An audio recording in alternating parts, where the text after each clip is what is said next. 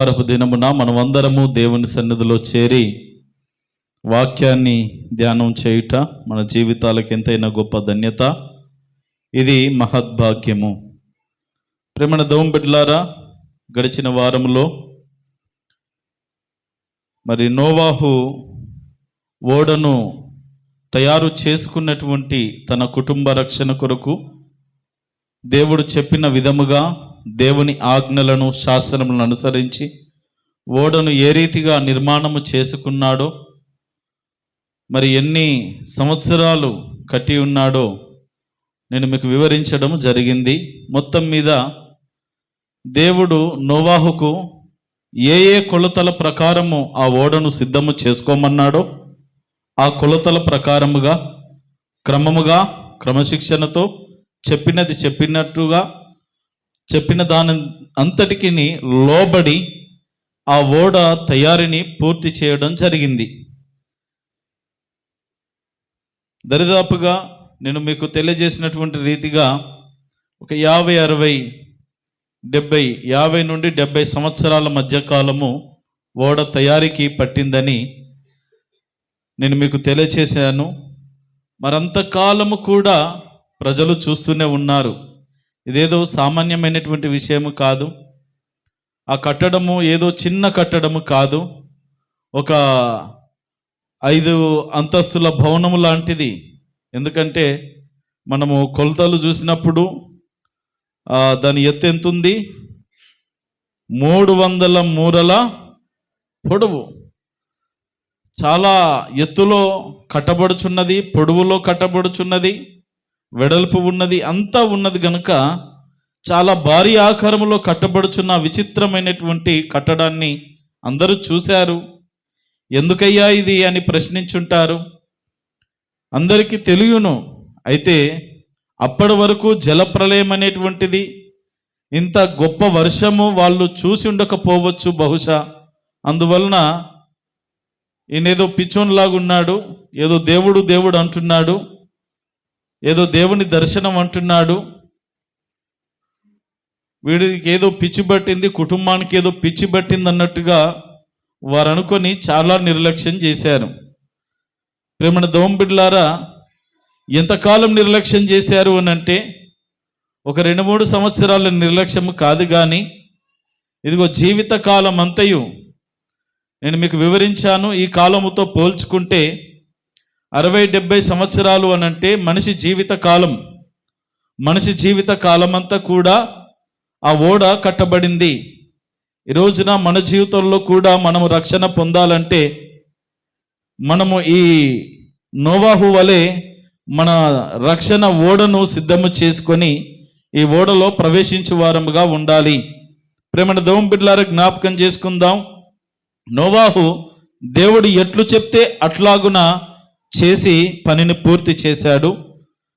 అయితే మనము చదువుకున్నటువంటి లేఖన భాగములో ఒక మాట చదువుకొని మనం ధ్యానంలోనికి వెళ్దాం. ఇందాక చదువుకున్న లేఖన భాగం ఆదికాండం 7వ అధ్యాయము 23వ వచనములో వ్రాయబడిన మాట: నరులతో కూడా పశువులను, పురుగులను, ఆకాశ పక్షులను, నేల మీదనున్న జీవరాశులన్నీ తుడిచివేయబడెను. అవి భూమి మీద నుండకుండా తుడిచివేయబడెను. నోవాహును అతనితో కూడా ఆ ఓడలో నున్నవన్నీ మాత్రము మిగిలి ఉండెను. భూమి మీద దేవుడు చెప్పిన విధముగా దేవుడు నోవాహు కుటుంబాన్ని రక్షిస్తానన్నాడు. తన కుటుంబ రక్షణ కొరకు ఓడను సిద్ధము చేయమన్నాడు. మరియు ఆయా జంతువులలో, ప్రాకు పురుగులలో, పక్షులలో కొన్నిటిని జతలుగా ఓడలోనికి పంపించాడు. ఆ ఓడలో ఉన్న వాటికి తప్ప మిగిలిన అన్నీ కూడా మరి నీళ్ళలో మునిగి చనిపోయినట్లుగా మనం ఇక్కడ చూస్తూ ఉన్నాం. ఎందుకంటే ముందుగానే మనం చదువుకున్నాం. 6వ అధ్యాయము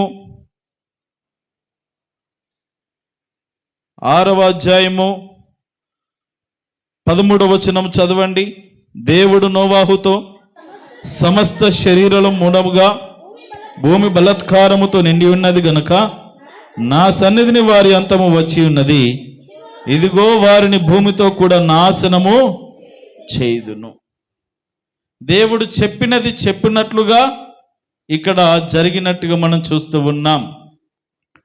ఈ రోజున మనిషికి దేవుడు ఒకటి చెప్తా ఉంటే పదే పదే చెప్తా ఉంటే కూడా మనిషి ఆలోచన వైఖరి ఎలా ఉంటుందంటే, చూద్దాంలే, చేద్దాంలే, అయినప్పటికీ, అది జరిగినప్పటికీ, ఆ పరిస్థితి వచ్చినప్పటికీ చూద్దాంలే అనేటటువంటి భావనలోనే మిగిలిపోతూ ఉంటారు.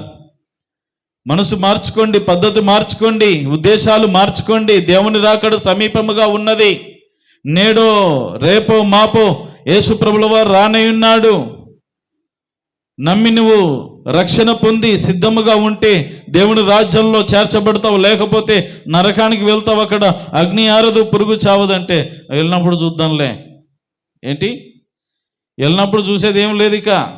అందుకే దేవుడు యేసుక్రీస్తు ప్రభుల వారు ధనవంతుడు లాజరు గురించి ఒక ఉపమానము, ఆ జరిగిన సందర్భాన్ని, అది ఉపమానము కూడా కాదు, అది కట్టుకథ కాదు, కానీ రియల్గా జరిగినటువంటి సందర్భాన్ని ఉదహరించి నేటికి మన ముందు ఆ వాక్యాన్ని ఉంచాడు.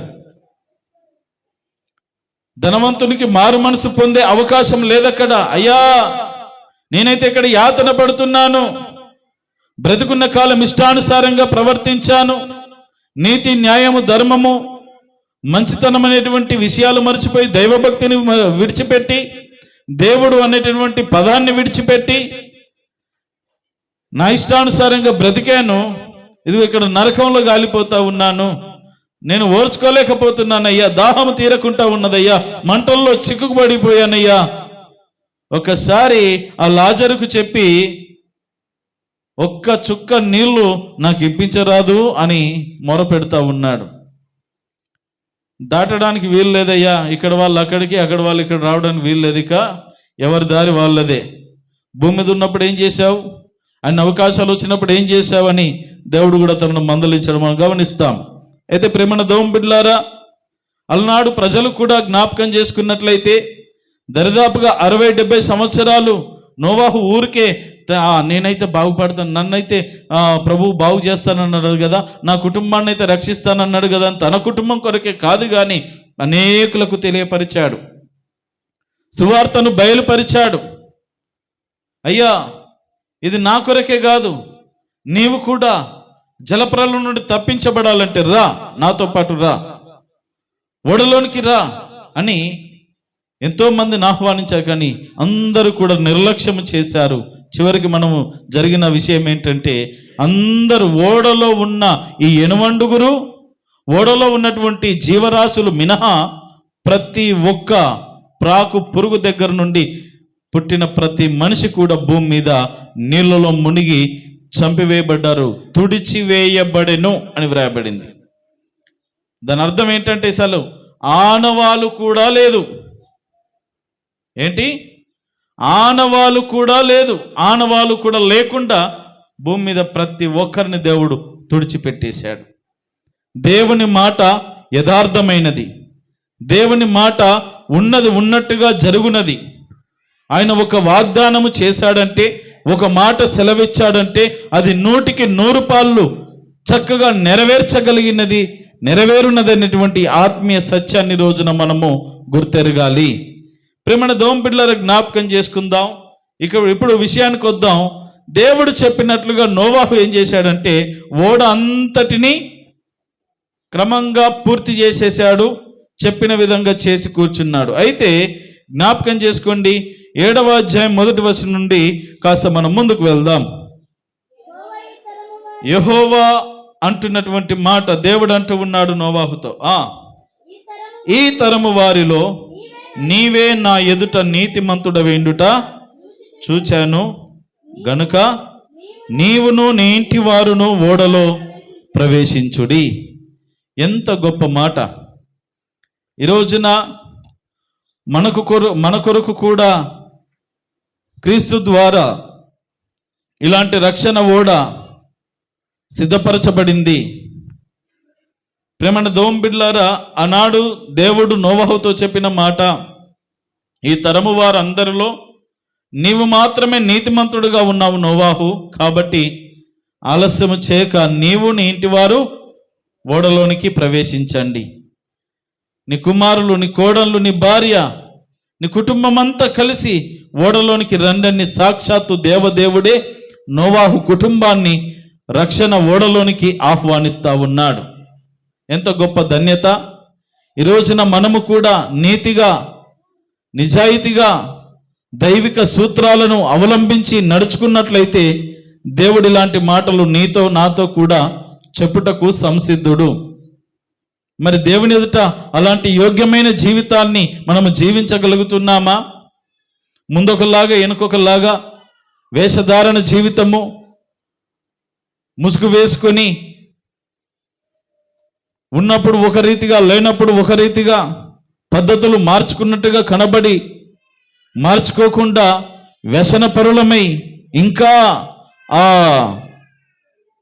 పాపభూయిష్టమైనటువంటి కార్యాల మధ్యలోనే బ్రతుకుతున్నామనేటువంటిది మనల్ని మనం ఒకసారి పరిశీలన చేసుకోవాలి.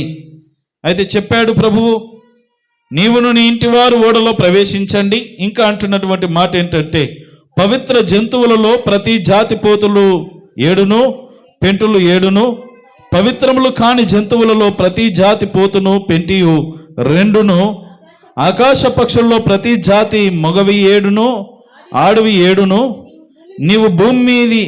నీవు భూమి అంతటి మీద సంతతిని జీవముతో కాపాడునట్లు నీ యొద్ద ఉంచుకొనుము.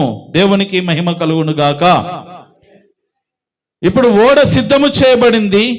ఓడలోనికి ఎవరు వెళ్ళాలి అనేటటువంటిది దేవుడు నిర్ణయిస్తూ ఉన్నాడు. సిద్ధము చేసే బాధ్యత నోవాహుకు, తన కుటుంబానికి అప్పచెప్పాడు. నోవాహు దేవుడు చెప్పినట్లుగా ఓడ సిద్ధము చేశాడు. ఇప్పుడు ఓడలోనికి ఎవరు వెళ్ళాలి, ఏమేమి తీసుకువెళ్ళాలి, ఏ పదార్థాలను తీసుకొని వెళ్ళాలి, దాని పరిస్థితులు ఏంటి అనేటువంటివన్నీ కూడా చక్కగా వివరించడం జరుగుతూ ఉన్నది. ప్రేమణ దోంపిల్లర జ్ఞాపకం చేసుకున్నట్లయితే 50 నుండి 70 సంవత్సరాల మధ్య కాలంలో ఓడ పూర్తి చేయడం కాగానే నీ కుటుంబం అంతా వెళ్ళండి. దానితో పాటుగా దేవుడు చెప్పిన ఇక్కడ ఈ వచనములో 7 జతల పవిత్రములైనటువంటివి 7 జతలు ఆడవి మగవి జంతువులను తీసుకువెళ్ళాలని చెప్తూ ఉన్నాడు. ప్రేమణ దోంపిల్లారా, మరి మామూలుగా ప్రతి జాతిలో 2 అనగా ఆడ మగ జీవులను తీసుకువెళ్ళడం మనము గమనించవచ్చు, దేవుడు చెప్పడం. అయితే ఇక్కడ 7 జతలు అనేటటువంటిది కొంచెం ప్రశ్నార్థకంగా పండితుల్లో మిగిలింది. కారణం ఏంటంటే, మరి 7 జతలు ఎందుకు చెప్పాడు, ఒక జత సరిపోతుంది కదా అనేటటువంటిది ప్రశ్నలు చాలా మంది పండితులకు వచ్చాయి.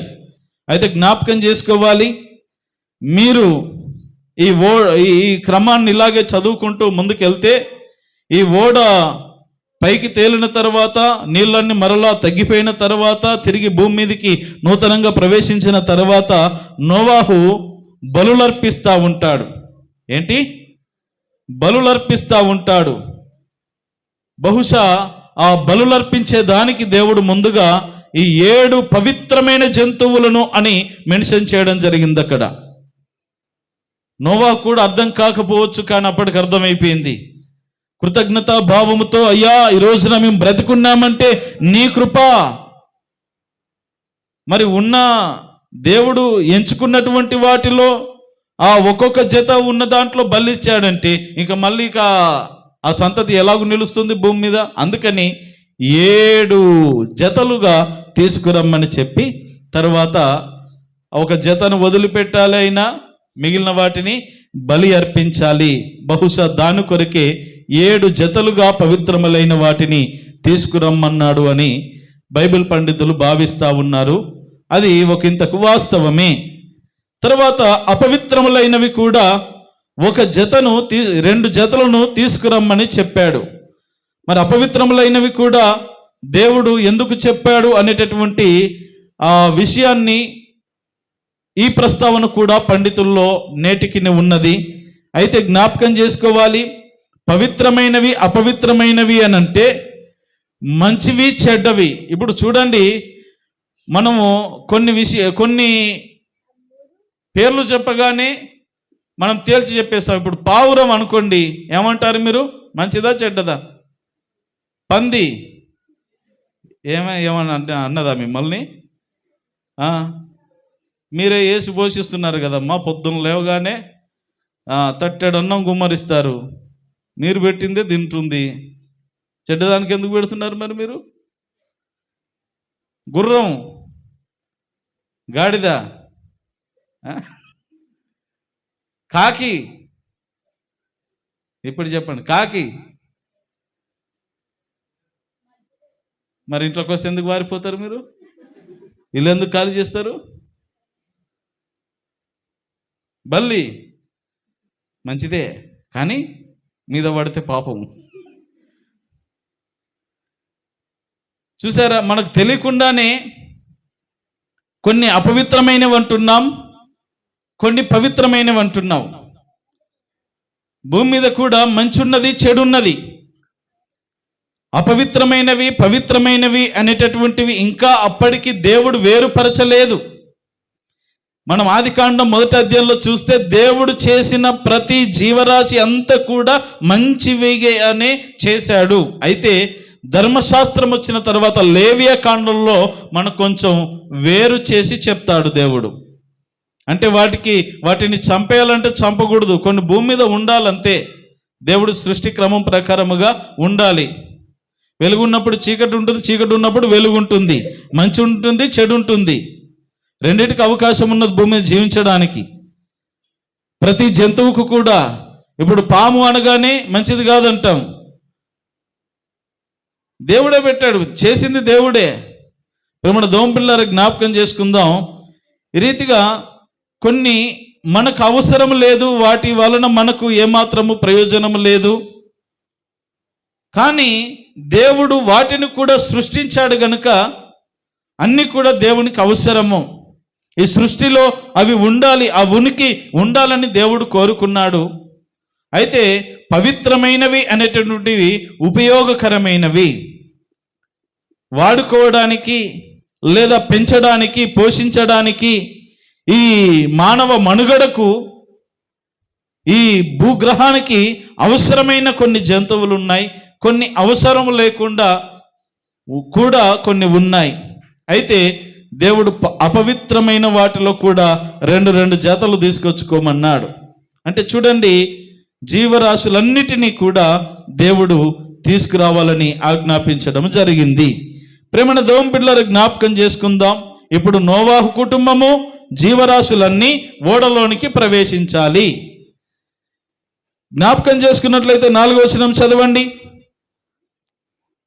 ఎందుకనగా ఇంకను 7 దినములకు నేను 40 పగళ్ళును 40 రాత్రులను భూమి మీద వర్షము కురిపించి నేను చేసిన సమస్త జీవరాశులను భూమి మీద నుండకుండా తుడిచివేయుదునని నోవాహుతో చెప్పెను. దేవునికి మహిమ కలుగును గాక. ఇంత పెద్ద లైట్ వేసినారు, అక్కడ అది వేస్తున్నారు, ఎట్లా కనబడుతుంది? ప్రేమన దేవుని బిడ్డలారా, జ్ఞాపకం చేసుకుందాం. ఇంకా 7 దినాలు దేవుడు పొడిగించాడు.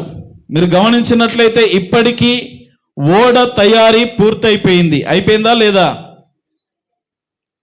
దేవుడు చెప్పాడు, ఇక నీవు లోపలికి వెళ్ళిపోవాలా, కొన్ని జీవరాశులను నేను పంపిస్తాను, పక్షుల్లో కొన్ని, ప్రాకు పురుగుల్లో, భూ జంతువుల్లో కొన్నిటిని పంపిస్తాను, నీవు లోపలికి తీసుకెళ్లాలని చెప్పడం జరిగింది. అయితే జ్ఞాపకం చేసుకోవాలి,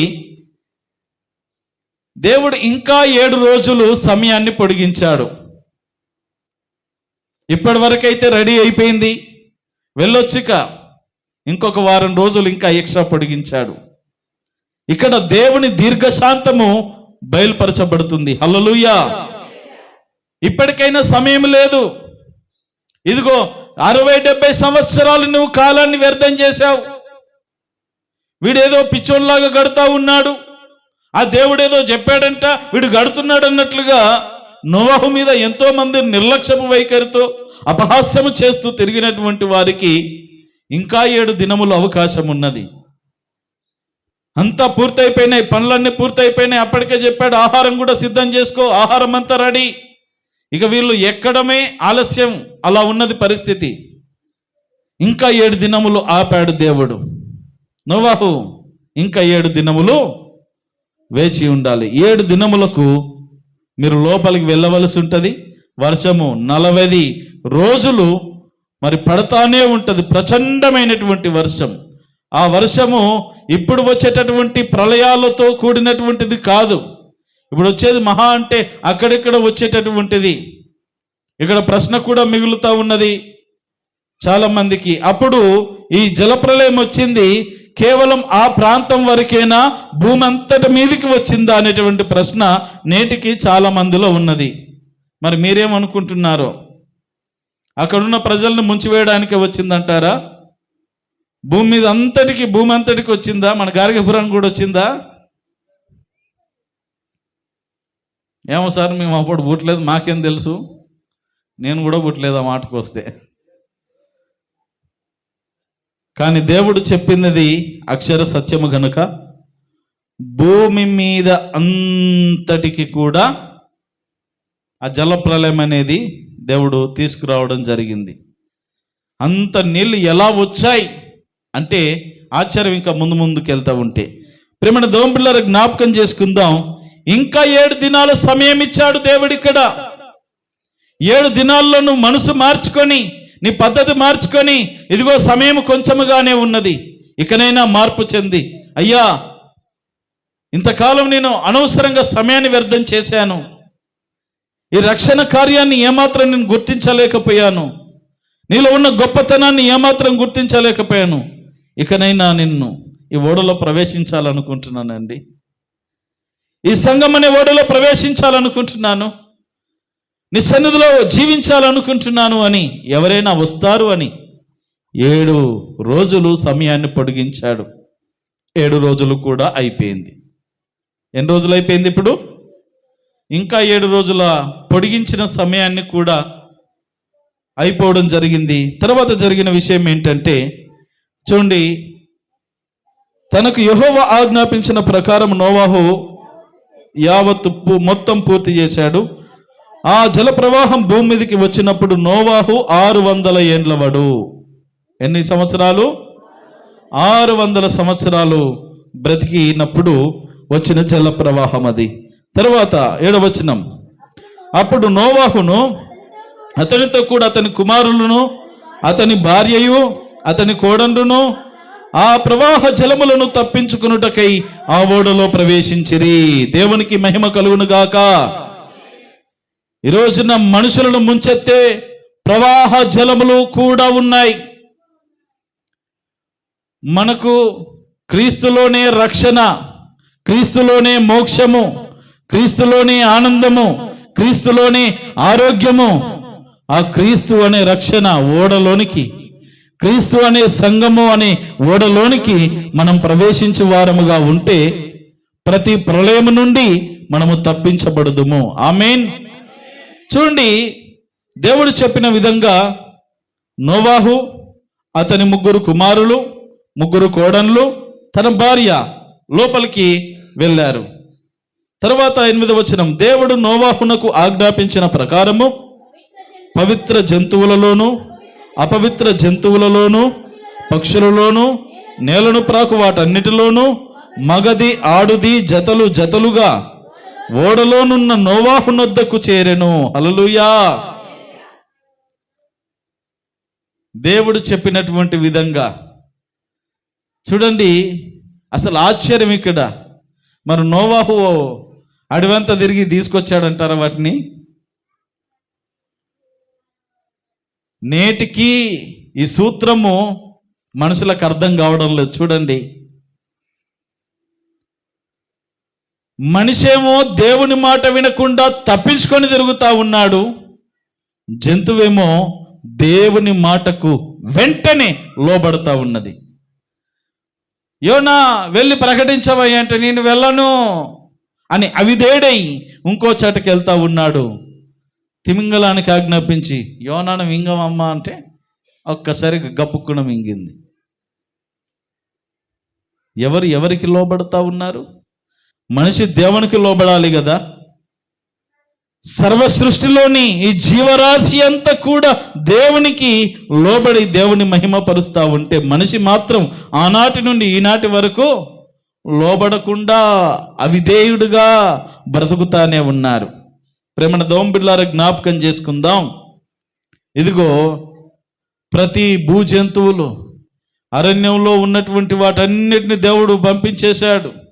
సింహంతో మాట్లాడు, ఏనుగులతో మాట్లాడు, ప్రతి జంతువుతో మాట్లాడాడు. వెళ్ళి ఓడెక్కండి లేకపోతే చేస్తారు చూడంటే అన్ని జతలు జతలుగా వచ్చేసాయి లోపలికి. ఎంత చక్కగా వచ్చాయో మీకు అక్కడ వీడియోలో అక్కడక్కడ కనబడుతూ ఉంటుంది. కొంచెం ఎక్కడ అవసరమో అక్కడ పెట్టండి, ఉన్నదంతా పెడతావు వాళ్ళకేం అర్థం కాదు.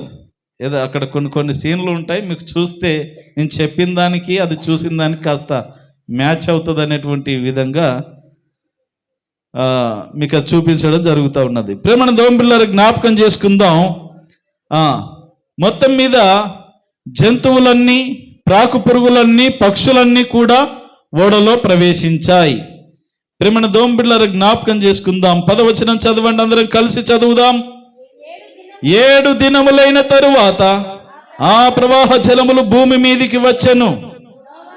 నోవాహు వయసు యొక్క, జాగ్రత్తగా వినండి, 600 సంవత్సరములో 600 సంవత్సరము 2వ నెల 17వ దినమున. చూడండి, డేట్ కూడా కరెక్ట్గా ఫిక్స్ చేసి చెప్తా ఉన్నాడు దేవుడు. ఎప్పుడు జలప్రలయం ప్రారంభించబడిందంటే నోవాహుకు 600 సంవత్సరాలు ఉన్నప్పుడు. సరిగ్గా జలప్రలయం వచ్చిన రోజు నోవాహు వయసు ఎంత అంటే 602 నెలల 17 రోజులు. ఆ రోజున జలప్రలయము రానే వచ్చింది. ఎలా వచ్చింది? మహాగాధ జలముల ఊటలన్నీ ఆ దినమందే విడబడెను, అంటే విడవబడ్డాయి. ఆకాశపు తూములు విప్పబడెను. 40 పగళ్ళు 40 రాత్రులు ప్రచండ వర్షము భూమి మీద కురిసెను. ఆ దినమందే నోవాహును, నోవాహు కుమారులకు షేమును, హామును, యాపేతులు, నోవాహు భార్యయు వారితో కూడా అతని 3 కోడండ్రును ఆ ఓడలో ప్రవేశించిరి. హల్లెలూయా. వీరే కాదు, ఆయా జాతుల ప్రకారము మీరు చదవాలి. ఆయా జాతుల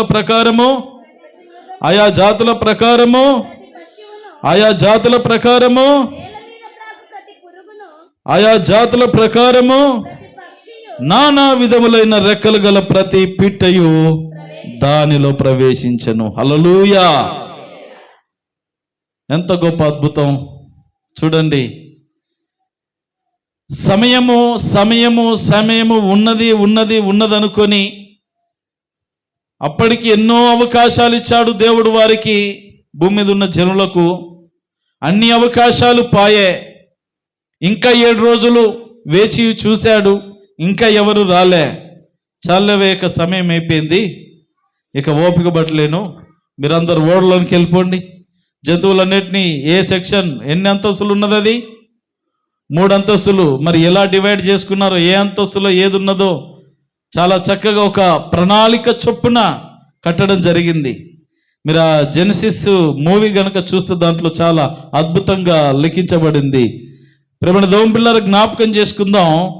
ఆ రీతిగా చక్కగా దాంట్లోనికి ఎక్కించేశాడు, ఓడలోనికి వెళ్ళిపోయారు. అయితే జ్ఞాపకం చేసుకోవాలి, చాలా జాగ్రత్తగా ఆలకించాలి. ఓడకు ఎన్ని తలుపులు ఉన్నాయి, ఎన్ని కిటికీలు ఉన్నాయి చెప్పాలా? ఓడకు ఒకటే తలుపు ఉన్నది, ఒకటే కిటికీ ఉన్నది. ఇంతే తేడా. ఇది తలుపు, పైన కిటికీ, ఇంక ఎక్కడ కూడా గ్యాప్ లేదు. మరి ఇక లోపల ఎలాంటి ఏసీ పెట్టాడో దేవుడు మనకు తెలియదు. ప్రేమను దోంబిళ్ళారా జ్ఞాపకం చేసుకునే గాలి, బయట గాలి లోపలికి ఇంచు మాత్రం వచ్చే పరిస్థితి లేదు. ఇక ఏ రీతిగా దేవుడు ఏర్పాటు చేశాడు మనకైతే తెలియదు, కానీ ఒక అద్భుతం, చిన్న నీటి చుక్క కూడా లోపలికి రాకుండా చాలా జాగ్రత్తగా దానికి కీలు పూసి తయారు చేయడం మనం గమనించాం. అయితే జ్ఞాపకం చేసుకోవాలి, ప్రేమైన దేవుని బిడ్డలారా, అందరూ కూడా లోపలికి వెళ్ళిన తరువాత ఏమైపోయిందంట? మహాగాధ జలముల ఊటలన్నీ విప్పబడ్డాయి. అంత వర్షము ఎక్కడి నుండి వచ్చిందంటారు?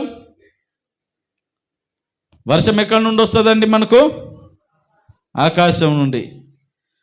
పైన చూసామంటే కేవలం మేఘాలు కనబడతాయి. దేవుడు ఎంత ఆశ్చర్యంగా ఈ సృష్టిని చేశాడు చూడండి.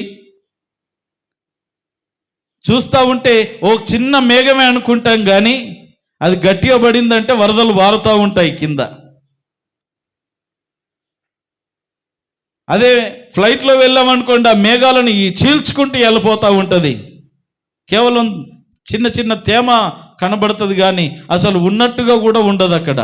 ఎంత రహస్యంగా దేవుడు పైన జలములను దాచిపెట్టాడు. క్రింద జలముల లోపల ఊటలున్నాయి. ఇంకా అందుకే మనకు ప్రమాదాలు రెండు వైపులుగా వస్తాయి. పైనుండి వర్షము, భయంకరమైన వర్షము నమోదైనప్పుడు భయంకరంగా పడుతూ ఉంటుంది. అప్పుడప్పుడు కింద నుండి సునామీ వస్తూ ఉంటుంది. సముద్రంలో నుండి సునామీ, ఆ నీళ్ళన్నీ ఇంకా ఎక్కువగా అయిపోతూ ఉంటాయి. క్రింద ఉన్నటువంటి ఊటలు ఇప్పాడు దేవుడు, పైనున్న తూములు తెరిచాడు. ఏంటి? క్రింద ఉన్న జలములలో దాగుకున్నటువంటి సముద్ర గర్భములో ఉన్నటువంటి ఊటలన్నీ మహాగాధ జలముల ఊటలన్నీ విప్పగానే కింద నుండి పొంగుతున్నాయి. కేవలం పైనుండి పడి వర్షమే కాదండి, కింద నుండి పొంగుతా ఉన్నాయి నీళ్లు. పైనుండి తూములు, ఆకాశ తూములు తెరిచాడు. ఒక్కసారిగా వర్షం పడుతూ ఉంటే చూడండి ప్రేమణ దేవుని బిడ్డలారా, 40 రోజులు నాన్ స్టాప్ వర్షం. ఏంటి? 40 రోజులు ఒక్క క్షణము కూడా ఆగకుండా వర్షం పడిందంటే మామూలు విషయము కాదది. భూగ్రహం ఏంది, ఎన్ని గ్రహాలనైనా ముంచేసే వర్షం అది, మామూలు వర్షం కాదు. విశ్వాన్ని ముంచివేసేటటువంటి విధముగా అంత గొప్ప వర్షాన్ని, ప్రచండమైన వర్షాన్ని దేవుడు కురిపించడం జరిగింది. అయితే జ్ఞాపకం చేసుకోవాలి, 16వ వచనములో 15 నుండి చదవండి. జీవాత్మ గల సమస్త శరీరంలో రెండేసి ఓడలోనున్న నోవాహు నొద్దకు ప్రవేశించినవన్నీ దేవుడు అతని ఆజ్ఞాపించిన ప్రకారము సమస్త శరీరంలో మగదియు ఆడదియు ప్రవేశించను. అప్పుడు యెహోవా ఓడలో అతనిని మూసివేసెను. తలుపు చేయడం వరకే నోవాహు పని. మూసివేసి లాక్ వేసేది ఏదైనా కొన్ని లిమిట్లు ఉంటాయండి దైవ క్రమములో. అన్నీ మనము చేయలేము. ఇప్పుడు చూడండి, ఆ కీ గనుక నోవాహు దగ్గర ఉంటే నోవాహు ఏం చేసేవాడు? ఒకవేళ ఆయన కూడా మనిషే కదా, ఆయన కూడా మంచివాడే కదా. కొన్నిసార్లు మంచితనం కూడా ఏం చేస్తుందంటే వెర్రితనంలోనికి నడిపిస్తుంది, పిచ్చితనంలోనికి నడిపిస్తూ ఉంటుంది. అయ్యో నోవాహు, నేనేనయ్యా మీ బావను, మీ బామ్మర్దిని, కొంచెం డోర్ తీయవయ్యా అని మీ అక్కను, మీ తమ్మునని బంధువులు, రక్త సంబంధికులు వచ్చి నోరు కొట్టుకుంటూ ఏడుస్తూ ఉంటే ఈయన చూసి ఒక్క నిమిషం సార్, తీస్తాడా తీయడా? అవకాశం లేదు. ఇక అసలు నోవాహు చేతిలో ఏమీ లేదు. కట్టడం వరకు, ఓడ నిర్మాణం చేయడం వరకు అతని పని అయిపోయింది. ఓడలో ఎక్కడం వరకు, వాటిని ఎక్కించడం వరకు, వాటిని మేపడం వరకు అతని పని అయిపోయింది. డోరు వేసే బాధ్యత దేవుడు తీసుకున్నాడు. హల్లెలూయా! డోరు వేసే బాధ్యత దేవుడే తీసుకున్నాడు. దేవుడే ఆ ఓడకు ఉన్నటువంటి తలుపును వేసి మూసి ఉంచాడు. ఎప్పటి వరకు తెలుసా? మరలా క్షేమంగా వారు కిందికి దిగే రోజు వరకు ఓడ తలుపు ఇంచు కూడా తెరవకుండా దేవుడు క్లోజ్ చేసి పడేశాడు. హల్లెలూయా! ఈ రోజున జ్ఞాపకం చేసుకోవాలి. ఇప్పుడు చూడండి ఎంతమంది వచ్చి ఉంటారో. జరిగిన విషయం ఏంటంటే అక్కడ చూడండి, కొంచెం ముందుకు చదువుదాం, ఇంట్రెస్ట్గా ఉంటుంది ఇక్కడ సీను. 17వ వచనం చదవండి.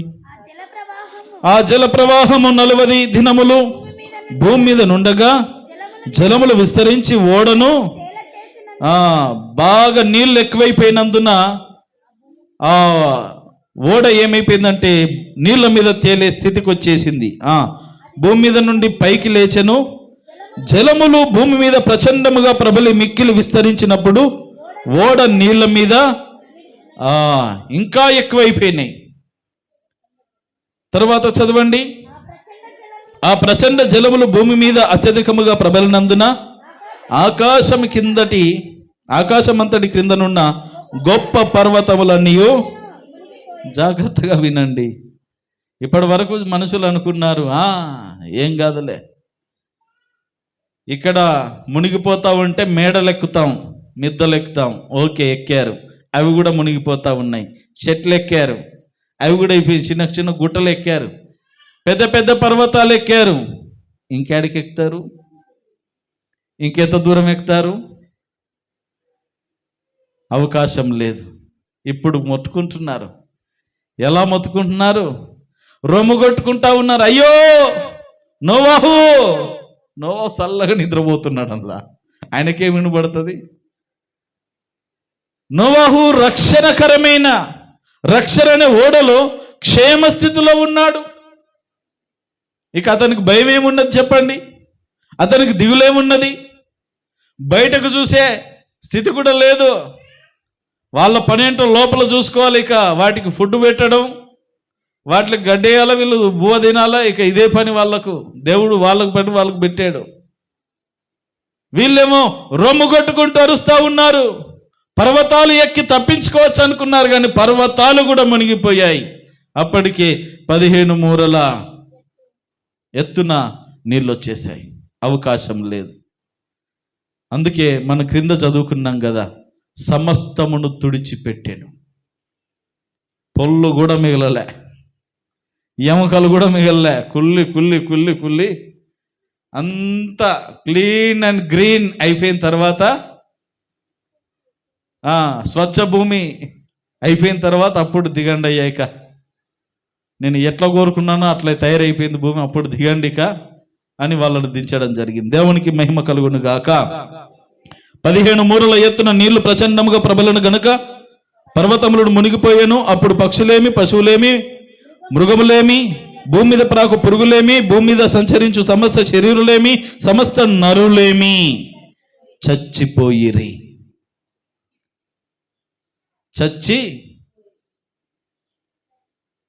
ప్రేమణ దౌంబిడ్లారా, ఏమీ మిగల్లే. ఎవరు మిగిలారు తెలుసా? ఎవరు మిగిలారు? ఓడలో ఉన్నవారు మాత్రమే మిగిలారు. ఈ రోజున ఈ దుష్టాంతం, ఈ రోజున దేవుడు మన ముందు ఎందుకు పెడుతున్నాడు తెలుసా? ఒక్క మాట చదువుకొని ముగించుకుందాం. తీయండి మత్తయి సువార్త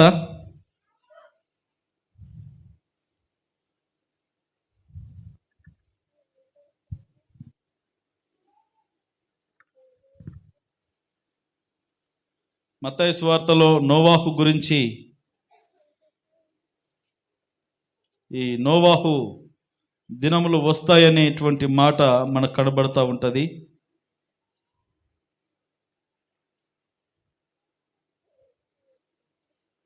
మత్తయి సువార్త 24వ అధ్యాయం 37వ వచనం చదవండి.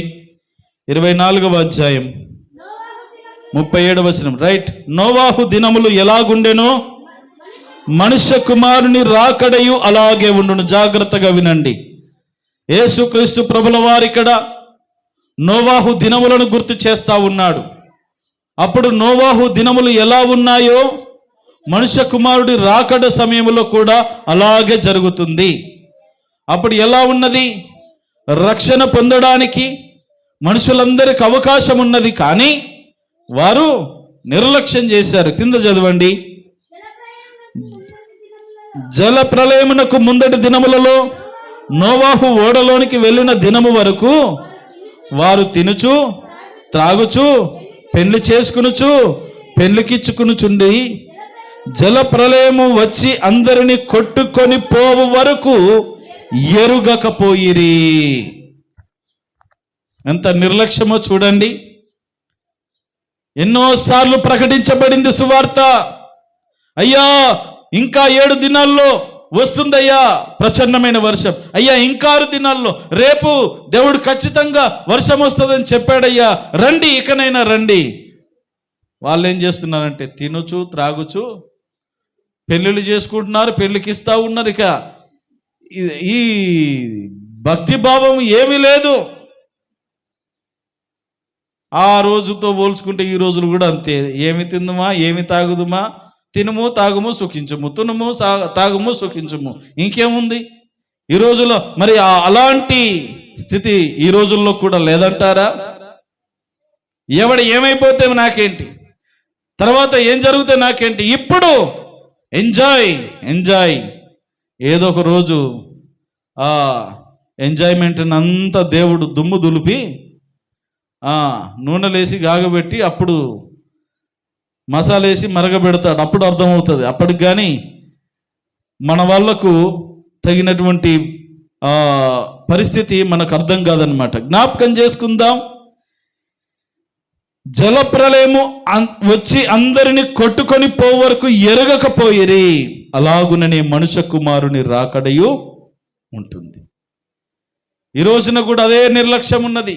యేసయ్య రాబోతూ ఉన్నాడు, రాపో ఎప్పుడో ఈ మధ్య ఎప్పుడు వస్తాడో సూచనలన్నీ జరుగుతూ ఉన్నాయి.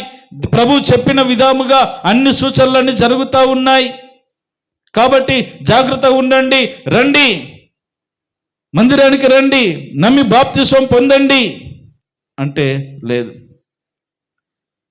వీళ్ళు ఎలా రక్షింపబడ్డారో తెలుసా? నోవాహు కుటుంబం జల ప్రళయము ద్వారా ఆ నీటి బాప్తిస్వం,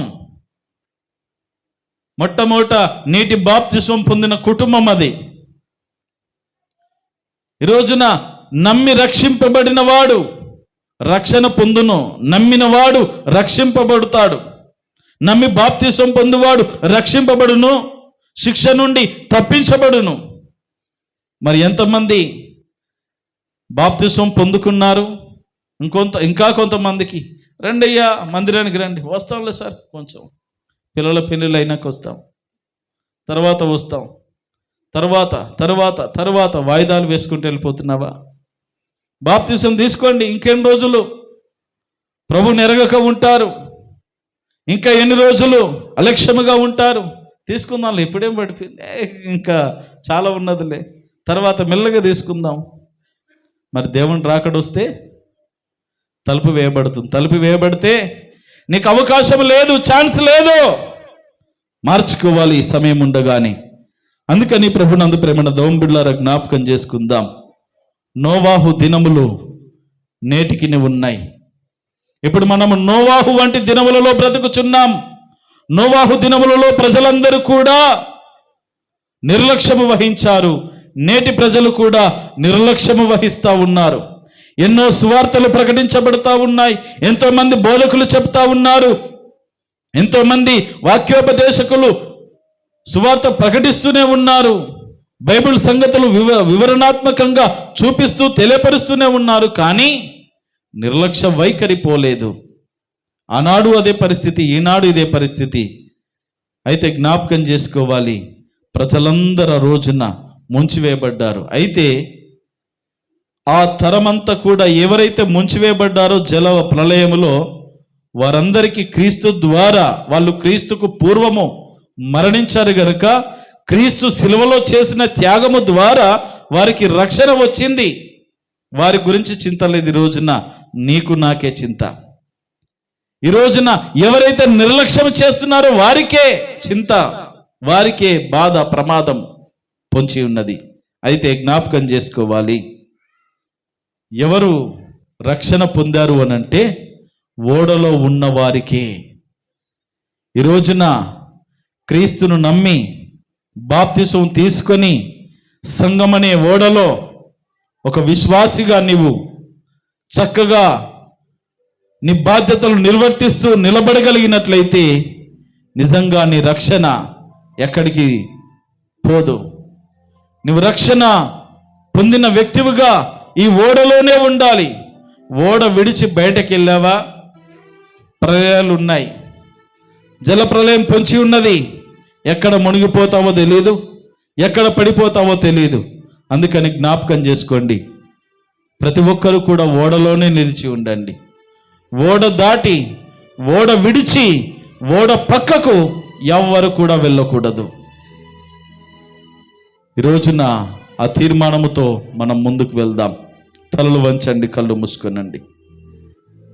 దేవుని వాక్యము సెలవిస్తా ఉన్నది, భూమి మీద ఉన్న సమస్త జీవరాశులన్నీ చనిపోయాయి. ఎవరు బ్రతికారో తెలుసా? దేవుడు సెలవిచ్చిన రీతిగా ప్రతి భూజంతువుల్లోనూ, ప్రాకే పురుగుల్లోనూ, ఆకాశ పక్షుల్లోనూ దేవుడు ఏ ఏ జీవరాశులను ఓడలోనికి పంపించాడో అవియు నోవాహు కుటుంబము మాత్రమే రక్షణ అనే ఓడలో సురక్షితముగా బ్రతికారు. ఈ రోజున ప్రభువును నమ్మానండి, నమ్మి బాప్తిసం తీసుకున్నాను అని చాలామంది చెబుతూనే ఓడ విడిచి తిరిగే వాళ్ళు ఉన్నారు. ఇంకా లోకానుసారంగా ప్రవర్తించే వాళ్ళు ఉన్నారు. ఇంకా సమయం ఉంది కదా, ఇంకా తర్వాత చూద్దాంలే అనేటువంటి భావనలో ఎంతో మంది బ్రతుకుతా ఉన్నారు. జాగ్రత్త, దేవుడు అవకాశం ఇస్తా ఉన్నాడు మరొకసారి. ఓ ప్రేమైన దేవుని బిడ్డలారా, ఇకనైనా మారు మనసు పొంది, నమ్మి బాప్తిసం పొంది రక్షింపబడిన వారందరూ ఓడలోనే ఉండండి. సంఘం అనే ఓడలో కట్టుబడి ఉండండి. ఈ ఓడ విడిచి వెళ్ళబాకండి బయటకు. ఇంకా మేము రక్షణ పొందలేదండి, మారు మనసు పొందలేదండి, రక్షణ అనుభవం మాకు లేదండి అన్నట్లయితే ఇదిగో ఇప్పుడే రక్షణ పొందు. నేడే రక్షణ దినము, ఇది ఏ రక్షణ దినము.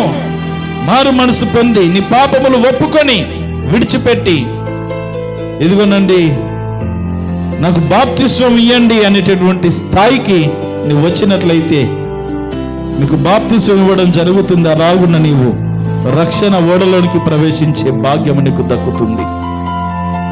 ప్రేమణ దేవుని బిడ్డలారా, ఒకసారి నీ జీవితాన్ని పరీక్ష చేసుకో.